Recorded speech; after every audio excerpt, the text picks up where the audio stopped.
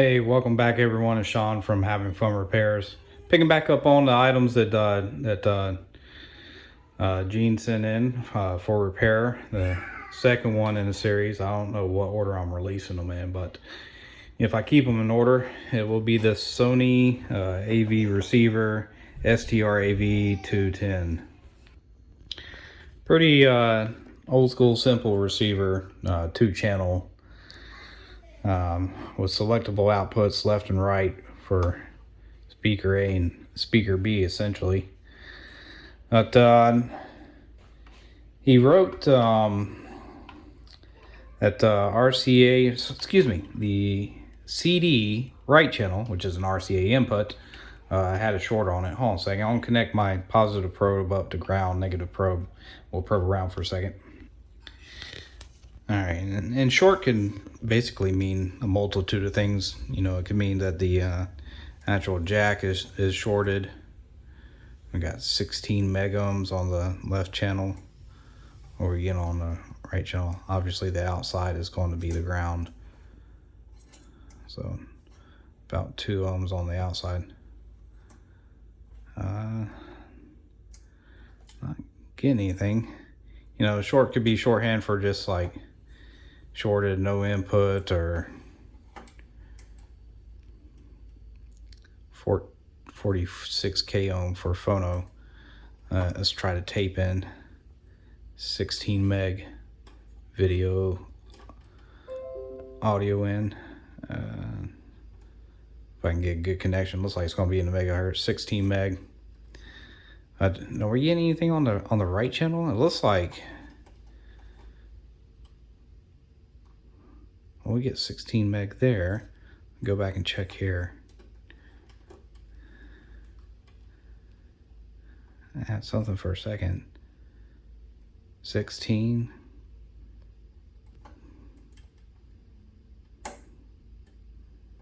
Again, nothing on this one. Oh, wait a second. We got something for a second. What was that?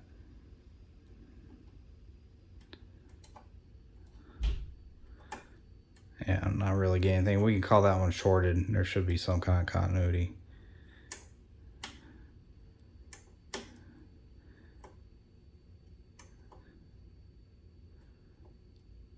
It's like we get something for a second on phono, but then it disappears. Shorted can mean a multitude of things. You know, the actual pins are shorted inside, or just a shorthand expression for saying that something's not working on a channel, such as it's shorted out or something like that. Not necessarily a meaning an electrical short, but it does appear that we're going to have an issue with right channel audio on the CD, if not multiple ones. So we can let's see. Do I have? Let's see if any issues with our plug. We'll put it on a variac or something, power it up, and see if it'll plug up, turn on the variac. Probably won't. If I put it in line with the dim bulb tester, might not turn on, but no issue there. Well, you can power it up, and we can do some simple tests to see to confirm those conditions.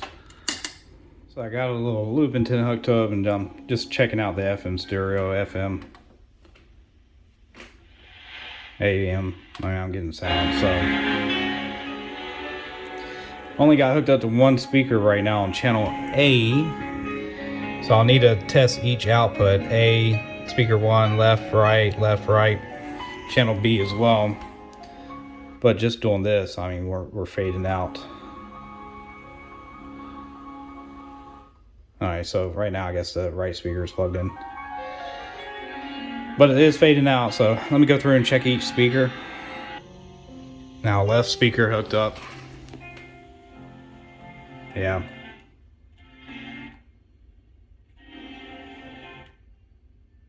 I mean, a tad bit bleed over from the right speaker to the left, but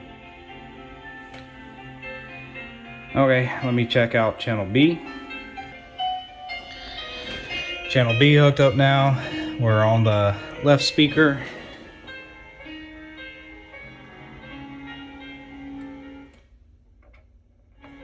Yeah, we'll do the right speaker. All right, now on the right speaker.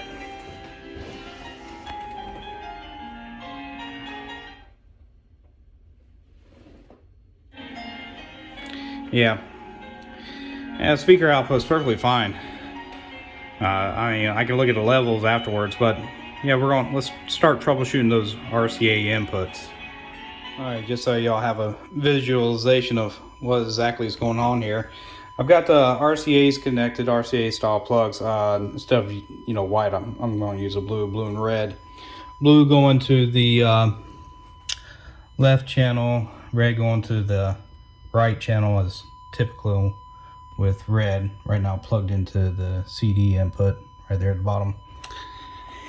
And a 1 kHz tone at 3 volts peak to peak coming in, and obviously terminated to the left channel, and that's working just fine.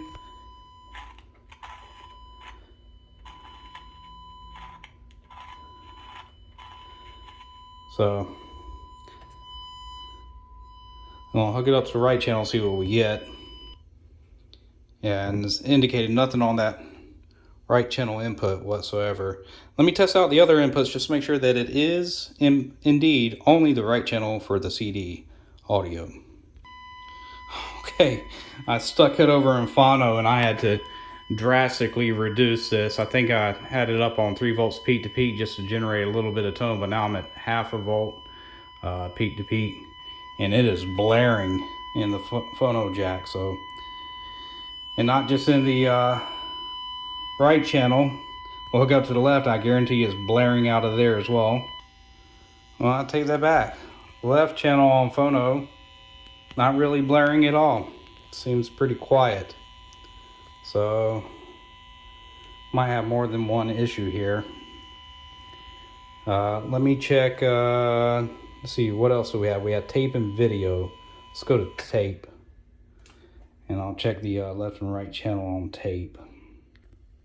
So just for reference with tape, it was the same as phono, blaring on right, quiet on left, and then for video, and obviously this is not a video input, it's actually the audio for a video source.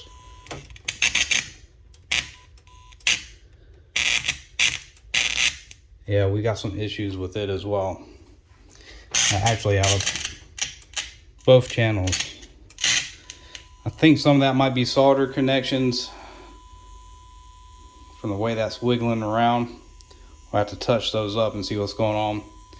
Some of it might also be some caps that have gone bad. So let me just go ahead and turn this off now, because I think there's more going on than just the CD audio, and we'll take a look at it. I have to give my hats off to Sony. I mean, look, this is not a high fidelity product like you would have had with a Denon or Marantz back in the day, or an Onkyo or something like that. But when Sony made things, they just simply made things that quite honestly lasted and still work. I mean, Sony RCA, I still have an old RCA receiver that it still works. I mean, it's kind of on its way out. Relays kind of take a while to warm up. Sometimes it cycles itself, but that's mostly just capacitors. It sounds like to me that they're starting to go bad, but maybe some solder joints or something like that. Termination points get weak over time. That's something to complain about, but other than that, these things really just lasted. We can see what we have here. Inputs from our antenna to an RF module, mostly demodulating our circuit with looks like we have some adjustments as well for our AM and FM radio bands. But this guy's going to have to come out, these cables here, which is going to provide us the ability to start looking at this board. Now I'm actually going to have to pull this bottom board right here out. I'm being careful right now because it hasn't been powered down for too long. So I wouldn't be surprised if there's voltage electrons stored inside these capacitors right now, and they haven't fully discharged.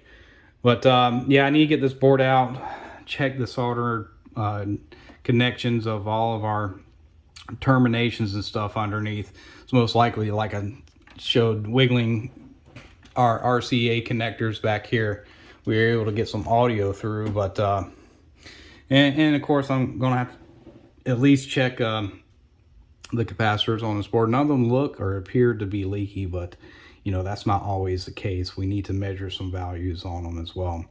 Will that mean desoldering some?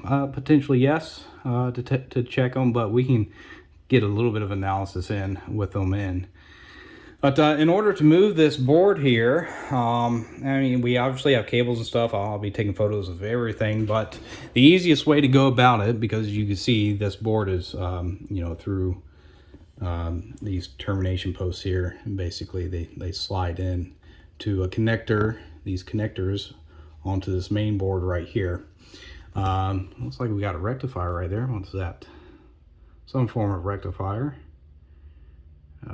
Power supply is what's annotated on it. There goes our fuse board, high voltage in, you know, AC into, you know, transformer coming over here to be rectified. And hence those big caps. So we're probably taking AC, you know, getting it to a unregulated DC down to a 24 volt DC. We probably also have a negative and positive rails you typically do with all amplifier systems for other things. So by negative and positive, maybe not 24 volt negative rail and 24 volt positive. It could be further regulated down to something like, you know, 6 or 12. Again, just predominantly what I see with a lot of amplifiers. In fact, I'm willing to believe that with everything I'm seeing right down here, because that's additional voltage regulation. But yeah, we're most likely going to have to take these screws out the back, and then that's going to free up this back piece from the chassis.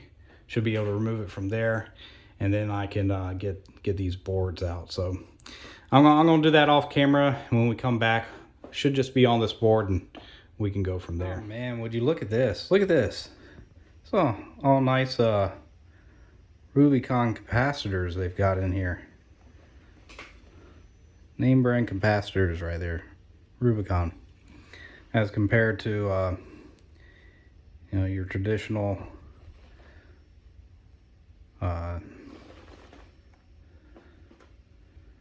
XYJ, XYZ, whatever style Japanese caps that you typically find. None of them appear to be bulging. How much you want to bet that this thing was recapped at one point with Rubicons? And something else that kind of leads me to that, not just the different branding of capacitors. Look at this. So here we have where quite a bit of our stereo amplification is occurring, and we can see Rubicon caps was put on it as well. But these connectors right here, instead of the connector itself going back in, what they did is they pulled the wires out and they just soldered the wires up into the board and put some Celastic over it. And that's not too cool. I hate to believe that that's the way it came from the factory. I don't think it would. I think this has been serviced once before and somebody just, you know, they did that. Because look, you don't even have a connector down that one. It's just soldered through the board and some Celastic or adhesive was put in place of it. Same for that one right there. Which, I mean it doesn't bode well for future serviceability, because it's just another thing you have to deal with instead of a connector, which makes removing something in and out easier. But I was able to free up this board a bit, and I'm not going to go through the hassle of desoldering all that to completely remove the board, but we can see the issue right here. Let's see if we can focus in. Can you see? Well, that one right there is most predominant, but you can see on the backs and fronts our terminals or termination points where we're soldered. Several of them are cracked. Let's see, or on the verge of completely cracking. At least this one right here as well, if I can get it to focus. You can see it wiggling right there in the socket. So you got this one, this one, this one, and the rest of them don't look too good. That one's probably about out the door right there. Won't be too much longer of plugging in, plugging out. So I'll tell you what I'm going to do is I'm going to go through and just touch up and resolder all this. I'm not going to bother with checking the caps because I think it's just going to be these AV inputs, and this looks like it's been recapped at one point. So I'm willing to believe that that we're good there. And then what I'll do after I touch up everything with solder is I'll get it back together, and then with my SIGGEN, since I have a channel A and channel 1 and channel 2, two channels, is I can use those for my left and right audio. I'll turn down the amplitude for both. I'll make them both 1 kHz at 0.5 volts or something like that.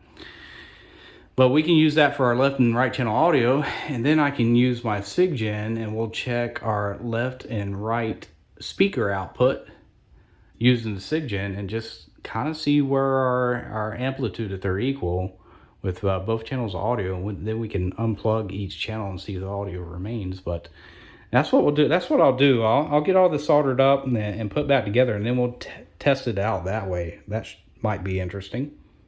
All right, didn't take too long. Like I said, I just went through and resoldered everything. We had, this one was broken here. I mean, we had multiple ones that were loose right here. A few on the internal ones, but all of them got retouched back up and they're shiny now and they're looking good.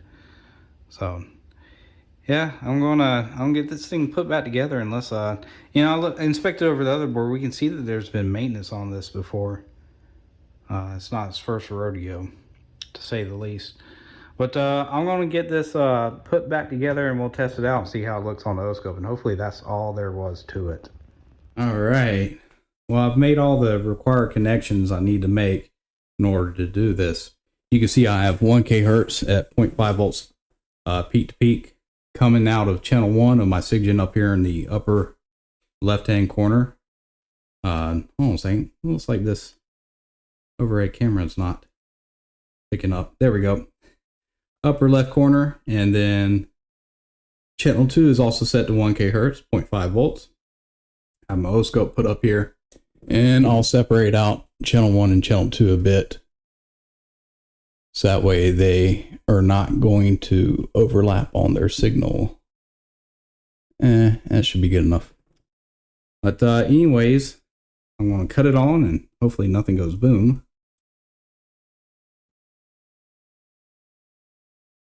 And nothing has gone boom. And I've heard the relay kick over. So I've currently got this plugged into phono. I'm going to set it over to phono and we'll see what it does. Okay, got phono turned on, and we can turn off channel 1 and channel 2 as appropriate, or I could just unplug it from the front here. But I'll show you what occurs. So here goes the left channel in being unplugged. You can see we lose left channel audio, but the right channel stays. Now right channel in becoming unplugged.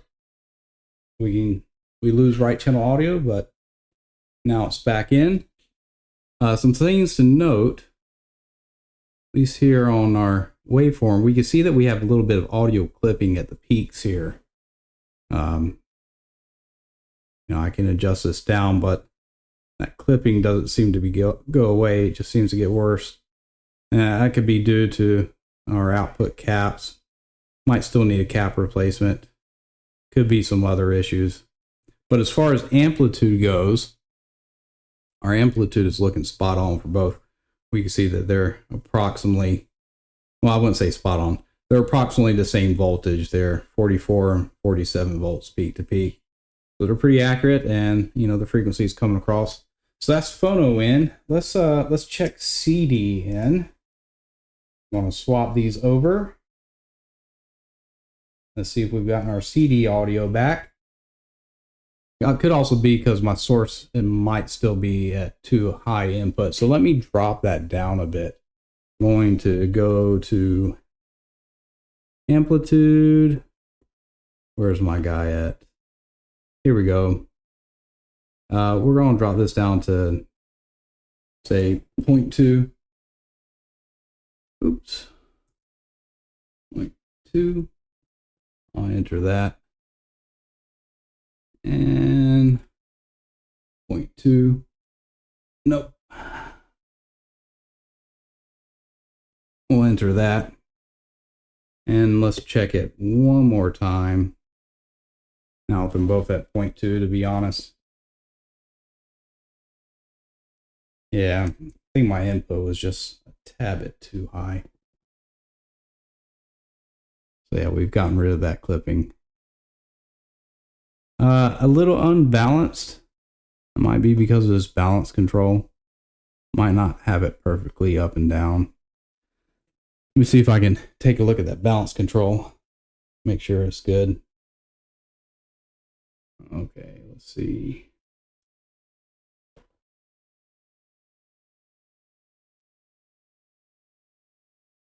Yeah, I have to come out of one side or the other. Our balance is by the control is not necessarily balanced. So left channel audio is slightly lower, but that clipping was definitely due to our input audio being a tad bit too high. Here goes right channel only, left channel only, and that control is working really good. So it could just be because the amplifier for your left and right channel is one could be stronger than the other. This isn't what he came here to repair. Clipping was not an issue of the amplifier. The clipping was an issue of my input level being too high. We're slightly unbalanced, but we do have left and right audio for phono. Let's check CD now. All right, plug this in. And then I think CD was the very next one over. Let me check. All right, CD is this center button right here. And let's see, do we have CD audio? Yeah, phono audio. It's, talking from something at a significantly lower level than what you'd get out of a CD audio system. So that's max. We're probably going to bump our input back up just a smidge. So let me do that. Let's do 0.5 and 0.5.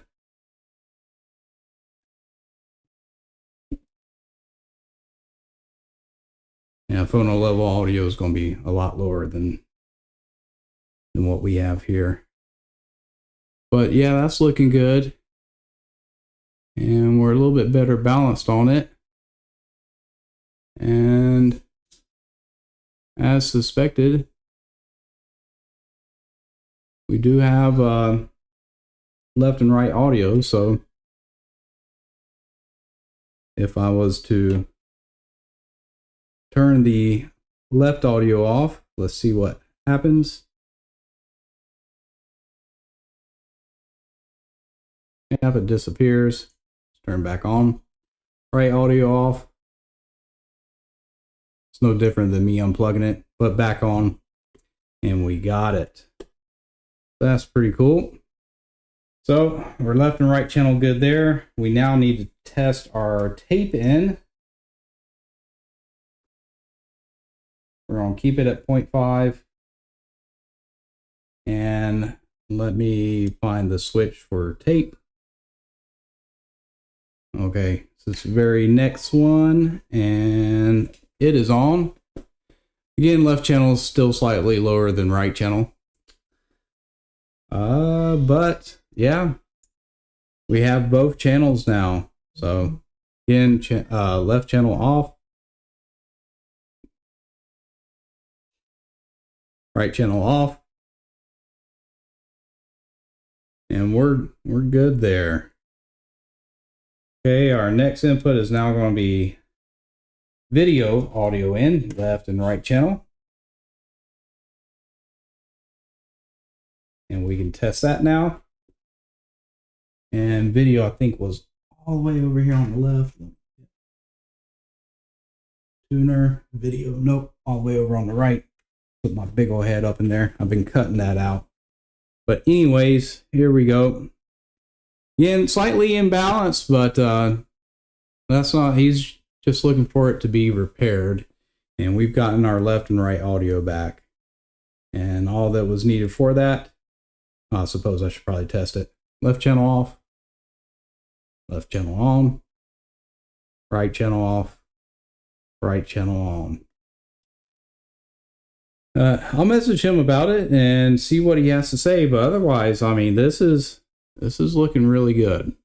Yeah, and I went ahead and swapped my outputs from my SIG-Gen around just to see if that had an effect on the imbalance. And it tracked over for CD audio with the higher one now going to the left channel instead of the right channel.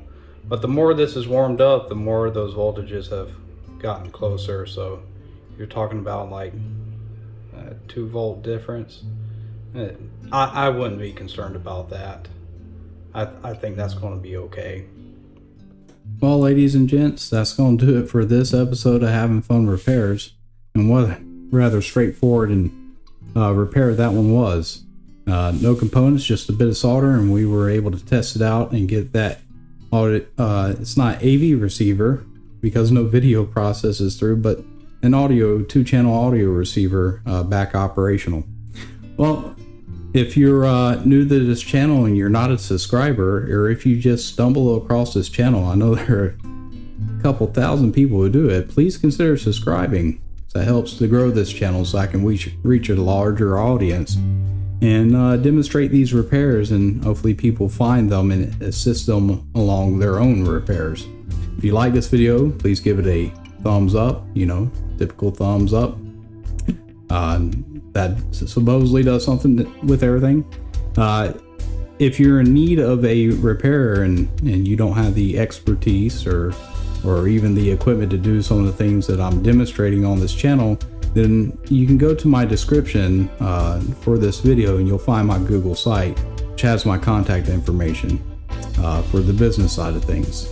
For those of you who just enjoy watching this channel, and if you would like to contribute, I recently hit the amount that allows me to enable supers, so I've done that for this channel, and you can donate through that way. Obviously, YouTube takes a cut off of that, any money that's donated. But anyways, all that being said, thank you for watching, take care, and goodbye.